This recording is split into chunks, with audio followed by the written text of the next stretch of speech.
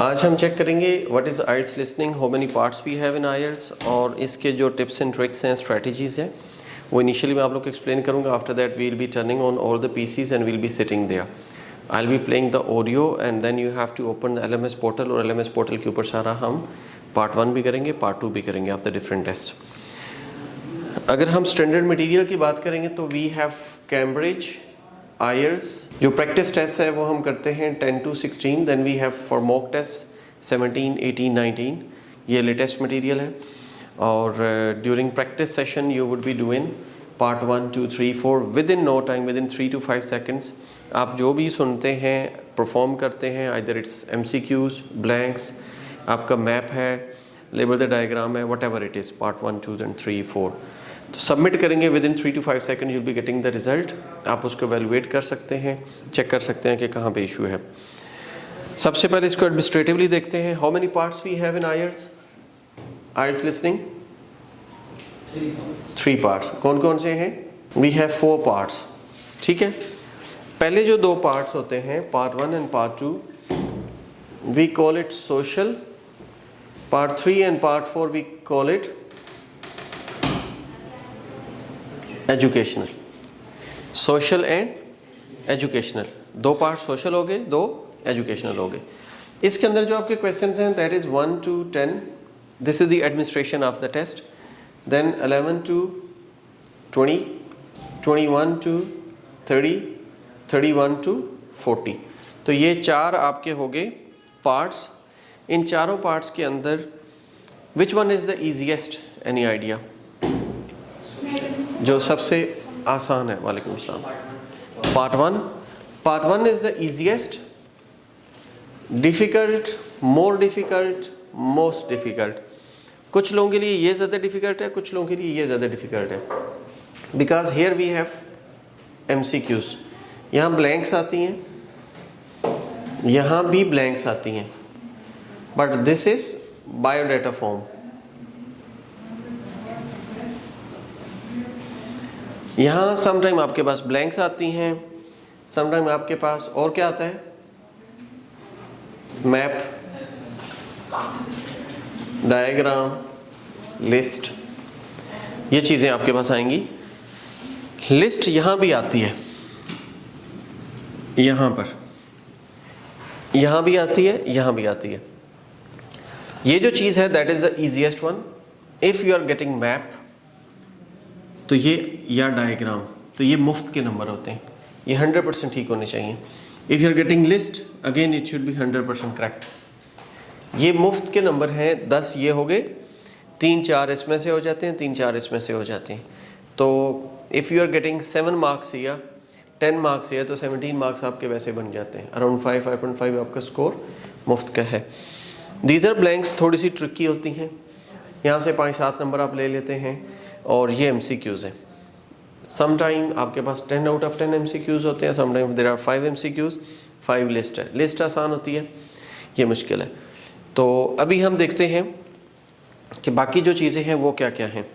Suppose आपके पास biodata form है in your part 1. Biodata form mean कि आपने वहाँ अपना नेम बताना है, एड्रेस बताना है, फ़ोन नंबर बताना है, sometime passport number, mobile number, street address, आपने किस पर्पज़ के लिए आना है, किस से मिलना है, किस कोर्स के लिए आना है, such kind of questions there.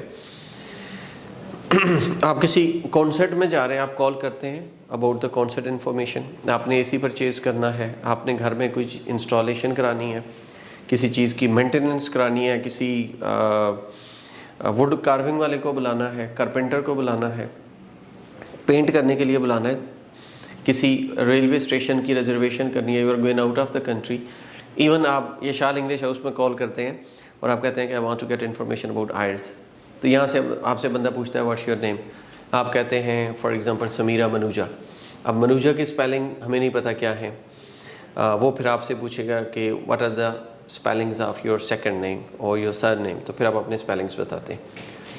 अच्छा, जो बताएंगे वो आपने लिखना है. अब फॉर एग्जांपल आप कॉल करते हैं हु इज़ टीचर, मैं कहता हूँ जी या स्टाफ कहता है कि अज़र यशाल. तो वो आप पूछते हैं जी what's surname, what is the second name. तो पहला नेम आपके पास रिटन में होगा, तो सेकंड नेम जब मैं लिखूंगा तो मैं कैसे लिखूंगा? Any idea? यशाल लिखना है ना, तो मैं कैसे लिखूंगा? कैपिटल लिखूंगा। अगर ए कैपिटल है तो यहां पे वाई कैपिटल होगा, ठीक है, because this is proper noun. तो हम यहां पे इसको प्रॉपर नाउन के हिसाब से ही लेकर चलते हैं। अच्छा, एक तो आ गया आपका नेम। अब नेम में अगर वो आपसे पूछता है कोई स्पेलिंग्स आपको बताता है, कुछ ऐसे नेम्स होते हैं कि आपको समझ ही नहीं आती कि इसने क्या बोला है, तो फिर आपसे स्पेलिंग पूछता है। अब स्पेलिंग अगर वो मनुजा के बता रहा है तो आपने MANUJA, तो जो कंफ्यूजिंग लेटर्स होते हैं जिसकी वजह से आपको समझ ही नहीं आती कि आपने उसने क्या बोला और आपने क्या लिखना है, they are TD PB MN H8 AI A और यहाँ पे आप E भी कर सकते हैं, EAI। तो ये आपकी चंद एक चीज़ें हैं जो कि जब भी वो आपको स्पेलिंग बताएगा आपको समझ नहीं आएगी कि उसने क्या बोला है, और ये वाले स्पेलिंग्स लाजमी उसके अंदर कंसिडर करेगा। तो एक चीज़ ये होगी आपकी स्पेलिंग्स वाली। सेकेंडली आपसे वो पूछता है एक ग्लोटल साउंड होती है, ग्लोटल साउंड होती है सेंट्रल T और सेंट्रल D। सेंट्रल T या सेंट्रल D जब भी आती है according to British accent they don't pronounce it, और आपको पता ही नहीं चलेगा उसने क्या बोला है। फॉर एग्जांपल ये बटन है ना, इस बटन को अगर वो ब्लैंक के अंदर देगा तो they will be pronouncing A button, क्या अच्छा, बटन को छोड़ें, आप इसको अंग्रेजी में आप लोग कैसे प्रोनाउंस करते हैं? पैटर्न। अच्छा, अब बताएं ज़रा पैटर्न इसको हम कैसे पढ़ते हैं? ये जो पैटर्न की साउंड है, ये ट्रन, ये कैसे साउंड बन रही है? अच्छा, आप इसको यूं करें, ये क्या है? मॉडर्न। अब ये देखें RUN हो, रन समझ में आता है।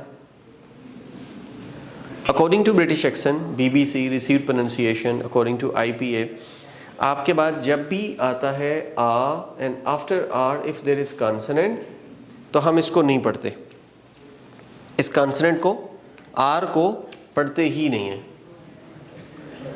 तो ये फैटन, ठन की साउंड आएगी, ठन। इसी तरीके से मॉडर्न, डन की साउंड आएगी, DN, डन, मॉडर्न। अच्छा, अब थोड़ा सा अगले लेवल पे जाएंगे तो जैसे रिटन, रिटन को रिटन, एंड पे जो साउंड है आपकी ये वाली, दिस इज सेपरेट साउंड, ये हो गया मोड, मोड, और ये आ गया एक है एन, एन आपके पास लेटर है जो हम लिखते हैं, अल्फ़ाबेट है। एक है that is sound, we touch the tip of tongue to the hard palate upper side, हम यहाँ तालू के साथ अपनी ज़ुबान को टच करके प्रोड्यूस करते हैं। Written, modern, pattern, garden, button. एक क्वेश्चन आपके लिसनिंग टेस्ट में ये आएगा,